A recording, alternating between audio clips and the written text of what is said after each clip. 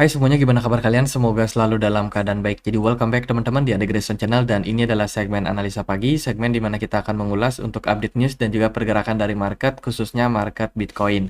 Teman-teman, hari ini kita berada di tanggal 13 Januari 2023. Kita akan mulai pembahasannya dulu seperti biasa dari kalender ekonomi. Di perdagangan hari ini, hari Sabtu, nggak terlalu banyak sentimen teman-teman. Mungkin hanya penutupan ya untuk market forex dan juga saham Amerika Serikat. Di perdagangan kemarin hari Jumat kita dapat beberapa data yang cukup penting. Yang pertama ada Fed balance sheet yang mulai mengalami tren kenaikan lagi, teman-teman. Kemudian juga ada data soal CPI and PPI. Ini adalah data inflasi dari China ya. CPI dari Cina itu mengalami tren kenaikan. Jadi kondisi perekonomian di Cina saat ini kan lagi terpuruk. Inflasinya sampai deflasi, teman-teman. Jadi istilahnya peningkatan harga-harga barang di sana bukannya naik malah turun ya, karena minat daripada pembeli itu cenderung kecil.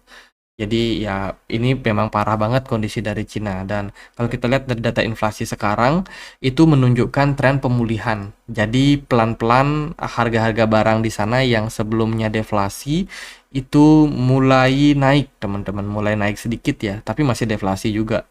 Ini dilihat dari data berdasarkan CPI dan juga PPI. Kemudian kemarin juga dapat data soal ekspor import untuk Cina.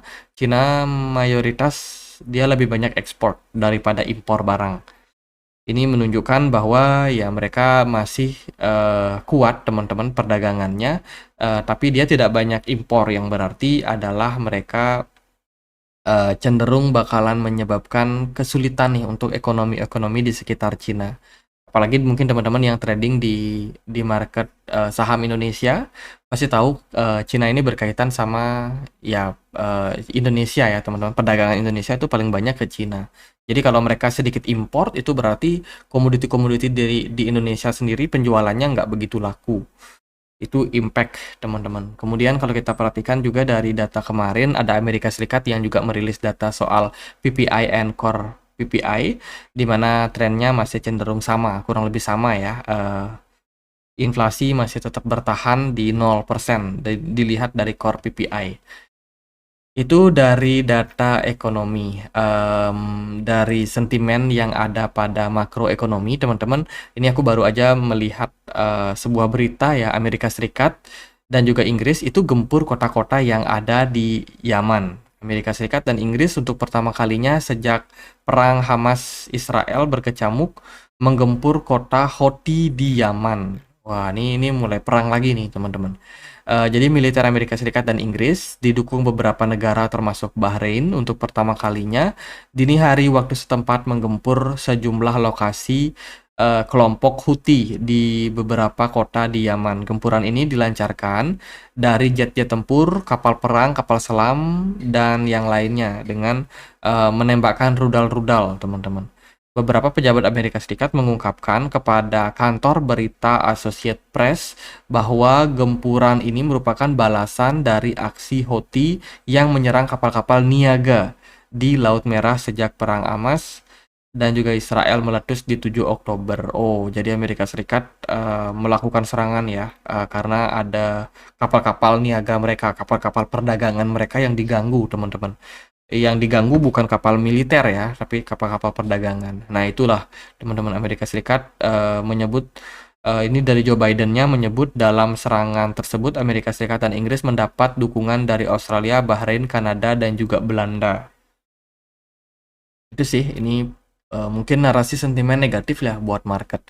Kemudian dari berita yang lain dari market Bitcoin, kemarin Cathie Wood bilang kalau ARK Invest itu at least punya sekitar 25% Bitcoin net worth dalam bentuk Bitcoin. Ini adalah salah satu perusahaan hedge fund yang kemarin juga ikut tuh bikin proposal terkait dengan Bitcoin ETF dan mengkonfirmasi bahwa mereka juga punya reserve 25% dari total reserve yang mereka punya berupa aset Bitcoin. Ini menunjukkan bahwa kepercayaan terhadap Bitcoin oleh institusi besar udah mulai bertumbuh, teman-teman.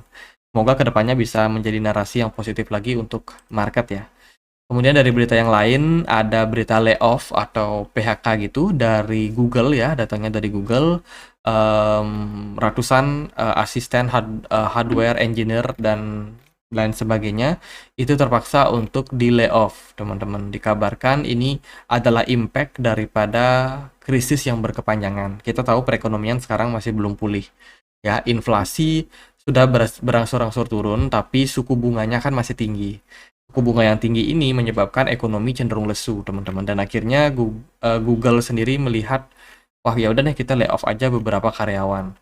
Jadi ya terjadilah layoff, teman-teman. Tidak hanya Google, ternyata aku cek juga ada Near Protocol yang juga merombak sebagian besar mereka punya karyawan ya. Ini kelihatan di sini ada 40% timnya dikurangi, teman-teman, dari Near Foundation dan terdampak kepada 35 karyawan.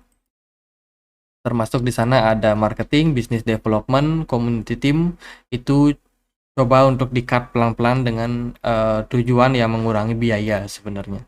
Jadi Near Protocol sudah mengkonfirmasi mereka juga lagi mengurangi, teman-teman, mengurangi pengeluaran. Kemudian ada Korea Selatan yang teguh menolak ETF kripto. Wah, ini Korea Selatan tidak mau ikut-ikutan dengan negara-negara lain. Kalau di Hong Kong kita lihat beritanya kan Hong Kong di-push ya, teman-teman. Di-push supaya cepat bisa melegalkan Bitcoin ETF dengan tujuan ya biar nggak ketinggalan sama Amerika Serikat.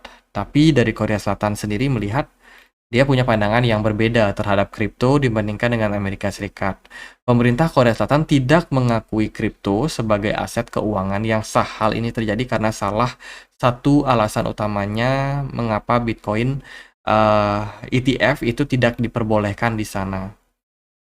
Jadi pemerintah Korea Selatan itu khawatir ETF kripto dapat meningkatkan spekulasi dan volatilitas market. Mereka juga mempertimbangkan risiko keamanan yang mungkin timbul dari produk-produk keuangan berbasiskan aset digital.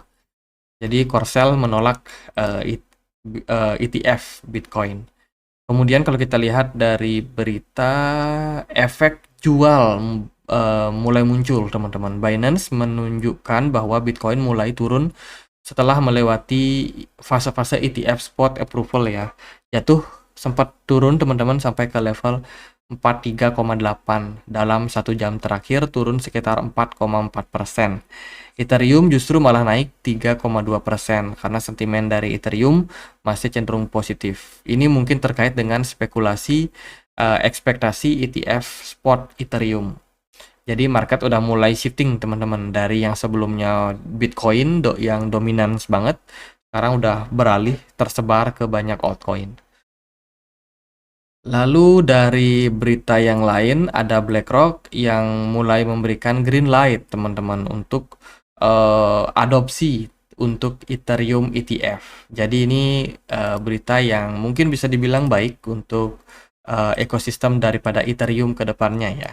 Kita nggak tahu apakah nanti bakalan disetujui lagi atau enggak, tapi CEO BlackRock, Larry Fink, mendukung Ether ETF. Raksasa manajemen aset ini sekarang ingin membuat produk yang setara untuk Ether, token asli dari blockchain Ethereum, sebagai salah satu perjalanan berkelanjutan menuju tokenisasi. Jadi beliau sudah tahu nih kalau masa depan adalah tokenisasi. Dan tentunya dengan approval Bitcoin ETF kemarin itu juga membuat bisa dibilang market ini panas dingin ya. Wah, jangan-jangan Ethereum bisa di ETF-kan juga, teman-teman. Jadi kemarin Ethereum dapatkan lonjakan aliran dana yang lumayan besar. Ini aku ambil juga data dari salah satu analis di Twitter, teman-teman. Dia melihat bahwa sekarang posisinya kita ongoing untuk old season market. Ya, kalau kita lihat dari pergerakan saat ini secara teknikal, saat ini kondisi daripada altcoin sudah berhasil breakout dari falling wedge dan sekarang lagi berusaha untuk naik. Dilihat juga dari old season index, saat ini posisinya kita berada di level 73. Yang berarti kita tinggal 2 poin lagi menuju old season. Wah, kira-kira momentum dari market ini bakalan gimana ya? Apakah terkoreksinya Bitcoin di perdagangan hari ini itu akan menyebabkan old season gagal, atau justru ini adalah tanda awal untuk kita masuk ke old season?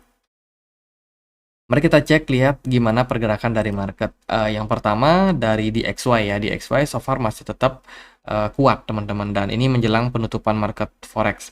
Kemudian juga XAU emas sedikit mengalami kenaikan di perdagangan kemarin, tapi saya rasa pelan-pelan emas juga bakalan koreksi. Oh, ada sentimen perang menyebabkan harga emas menguat teman-teman.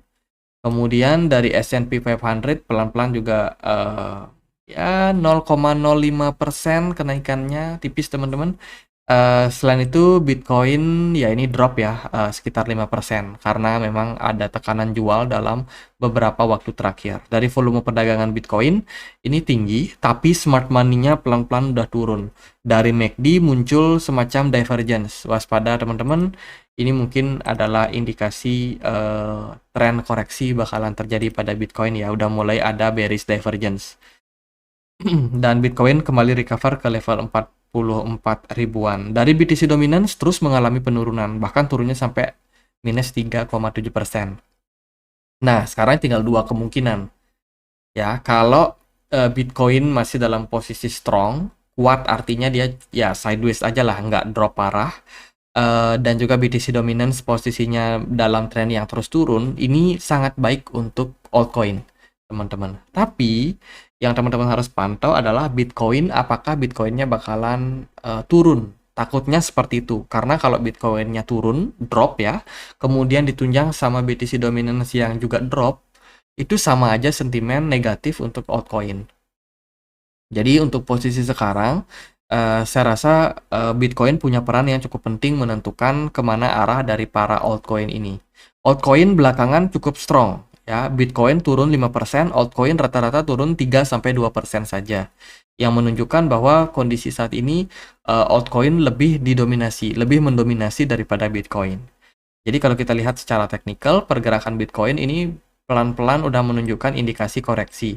Bitcoin baru aja jebol area support kisaran 44.500 dan sekarang bergerak di kisaran level 43.900. Dan kalau closing time frame daily Bitcoin di bawah 44.500, itu adalah sentimen yang nggak begitu bagus untuk Bitcoin bagi saya, teman-teman. Indikasinya adalah mulai bakalan terjadi koreksi pada market. Dilihat dari volume perdagangan memang naik, tapi smart money-nya pelan-pelan udah berangsur-angsur turun. Ini adalah indikasi koreksi pada Bitcoin. Nah, tapi kalau kita lihat misalkan nih dari Ethereum ya, Ethereum masih sangat strong, teman-teman. Jadi anggapannya untuk saat ini kita masih punya potensi untuk out season terjadi. Ya, setidaknya ya Ethereum yang lebih mendominasi, teman-teman. Jadi ya kondisi dari Bitcoin mungkin saja terkoreksi, tapi Ethereum masih tetap strong. Itu juga terbuka kemungkinannya seperti itu. Jadi ya itu teman-teman, untuk kondisi dari market, saya rasa ini bakalan cukup ambigu ya. Kemana pergerakan dari market mungkin tidak jelas, tergantung sekarang kemana pergerakan dari Bitcoin. Kalau Bitcoinnya terkoreksi dalam, itu akan memberikan impact terhadap altcoin. Kalau Bitcoinnya bisa bertahan, itu mungkin akan menjadi sentimen atau kesempatan yang baik untuk alt season bisa terjadi. Jadi ya itu teman-teman, bisa teman-teman pantau terus kondisi market saat ini karena momentum alt season itu masih ada. Cuman tergantung nih apakah bakalan di follow up seperti itu oleh market atau bagaimana. Jadi untuk sekarang itu paling buat Bitcoin. Bila mana memang Bitcoin ini mengalami koreksi, maka narasi yang dimainkan adalah sell on news. Kemarin kan Bitcoin ETF sudah di-approve. Orang-orang udah banyak yang melakukan spekulasi, bahkan beberapa bulan sebelum akhirnya Bitcoin ETF di-approve. Jadi udah waktunya mereka merealisasikan profit. Ya, jadi itu apalagi ada ketidakpastian perang yang baru aja terjadi. Ditakutkan karena sentimen ini semakin meluas, perang semakin meluas dan bisa menjadi indikasi negatif buat perekonomian. Itu sih teman-teman buat kondisi market kali ini. Semoga videonya bisa bermanfaat. Again, saya masih akan tetap pantau gimana kondisi dari Bitcoin dan juga altcoin. Kalau seandainya Bitcoinnya drop, turun lebih dalam lagi, dan itu akan menjadi sentimen yang negatif intinya untuk altcoin. Kemungkinan alt season bisa saja tidak terjadi karena ini lagi dikit lagi nih teman-teman. Lagi 2 poin lagi nih udah mau masuk ke alt season. Ya, itulah kondisi dari market. Teman-teman, thank you banget yang udah nyimak. Kita punya komunitas diskusi di Telegram, tempat teman-teman semua sharing-sharing informasi. Thank you banget yang udah banyak sharing ya. Kita bisa meningkatkan kembali literasi keuangan kita, literasi tentang kripto. Kemudian juga ada banyak komentar-komentar juga yang mungkin bisa menjadi pertimbangan buat teman-teman dalam trading, teman-teman. Thank you banget. Gitu aja. Semoga video kali ini bisa bermanfaat. Dan akhir kata saya Andre. Makasih.